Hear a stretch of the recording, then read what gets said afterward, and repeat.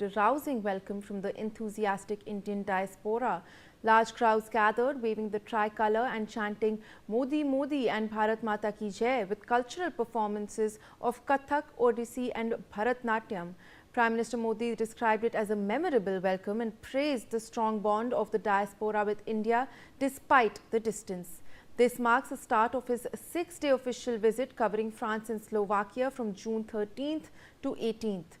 This trip includes bilateral engagements, innovation showcases and participation as a key outreach guest at the G7 summit in Evian-les-Bains hosted by French President Emmanuel Macron.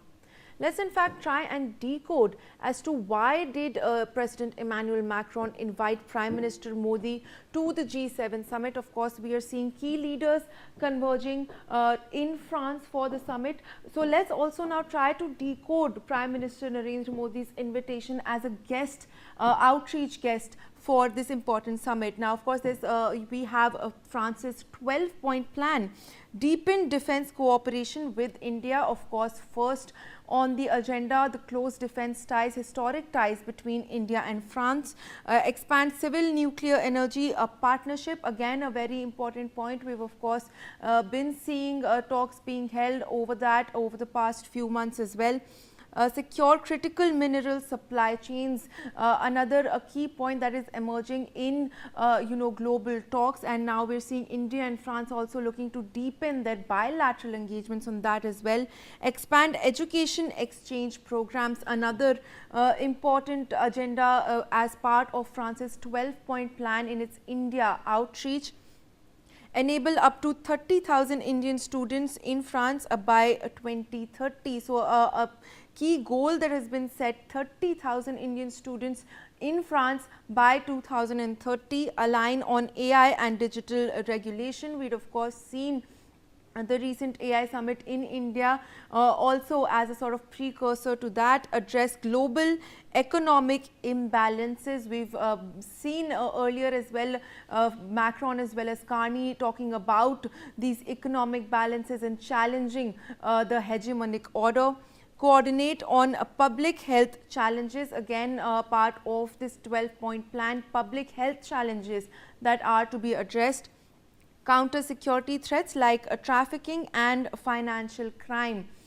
So that of course also becomes a key aspect that is likely to be discussed. Engage on global conflicts like Ukraine and West Asia. Of course, that is going to be a key agenda on the broader G7 summit, and bilaterally as well. We can see that emerging as a very, very important point with when it comes to engagements with India and the Indian leadership. Promote strategic autonomy and shape global rules together. So again, that takes us back to this challenge to the global order that is being presented and how India can play a key role in that as well. Boost technology and digital collaboration. So of course, digital collaboration being another very key aspect that India and France can be seen likely to collaborate upon. I have with me Karori Singh, Foreign Affairs expert, joining me for more details on the same. So thank you so much for taking the time to speak with us.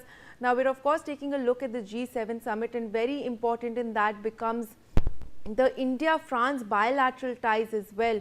So how do you view this invitation to Indian Prime Minister Narendra Modi by the French President?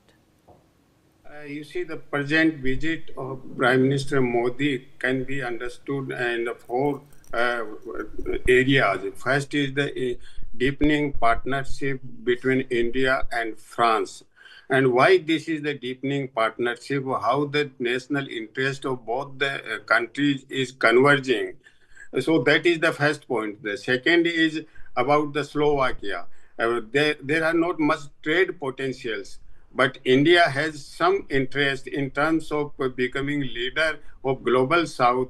India is attempting to have cordial and close relations with smaller states around the world, just to give confidence to them that India is treating even the smallest country on equal footing. So the trade potentials are limited, but India is giving that sort of confidence to the smaller states. And The third is about the collective agenda of the G7, and the fourth is the bilateral meetings with global G7 leaders on the sidelines of G7. The first about the India and France, you have well described how the relations are deepening, partnership is deepening, why it is happening, and how the interest is converging. It's well understood India is trying to diversify its partnership with relatively middle-range powers instead of the great powers like Russia, China, and United States. So the France is the most reliable partner in terms of India's interest and India's understanding. So that for that purpose, India has concluded large number of bilateral agreements during last say 5 to 6 years. So France or India are coming together in terms of expansion of trade, cooperation in the technological field, people-to-people contact. But beyond that is the strategic reason. And that is going beyond the bilateral partnership, and that strategic interest is both France and India. They are pulling their resources, their strategies together to provide the global leadership which is not dominated and which is not representing hegemony of the great powers. And herein the thing comes, what should I say, the Anglo-Saxon influence countries like US, Canada, Australia, New Zealand, UK, they are forming different type of organization to influence and control the Indo-Pacific region. And they have evolved the Five Eyes and AUKUS organization, wherein India and France are isolated. They have not inducted in these type of organizations. So India, France, and taking along the GCC countries, they are trying to form a different type of organization to provide security in the Indo-Pacific region and to assert their influence. And here in India's leadership in the Indo-Pacific region can be greater than the India's leadership in the Kuwait and the other, along with other countries like US and Australia. So that strategic region is more important in India's interest. Of course, France is also in the same boat with India. France is also feeling isolated. So that is strategic vision is more important, but that vision is not advancing because of the present crisis in West Asia. So Gulf countries are in a different type of quagmire. So right at the moment, that vision is not advancing. So when the India and France are coming together, it is serving the interest of both the countries without domination of either country. Neither India is trying to dominate France, nor France is trying to dominate. So this sort of equal partnership model India and France are developing. Then another one is that France is major country in the European Union. And not only major country, but France is the only country which is having nuclear power in the European Union.